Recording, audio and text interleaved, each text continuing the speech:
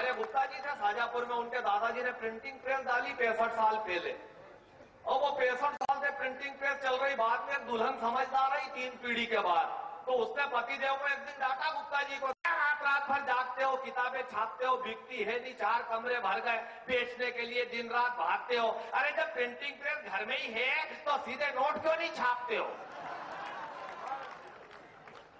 गुप्ता जी को बात समझ में आ गई, बोले औरत अकलमंद है और अब नोट ही छपेंगे, किताब फेंक दे बाहर।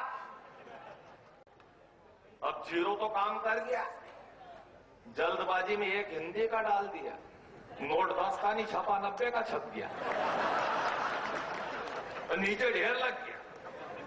तो गुप्ता जी की मिसेस नई बहू थी, उसने एक नोट उठाया, नई दुल्हन ऐसी होती, मेरी बेटी की शादी करी मैंने 2 साल पहले, मैं उससे मिलने गया, मैंने कहा बेटा सिगरेट पीना है, माचिस लाओ, भीतर गए, उसकी सास का हाथ पकड़ के लिए, मैंने कहा बेटा मैंने तो माचिस मंगवाई थी, वो बोली पापा माचिस नहीं है पर आग यही लगाती है।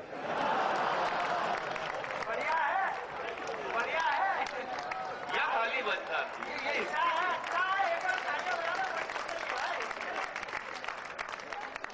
लोग। गुप्ता जी की मिसेस ने एक नोट उठाया, क्यों जी मैंने 1, 2, 5, 10, 20, 50, 100, 500 और 1000 तक के देखे थे, तुमने तो 90 का छापा।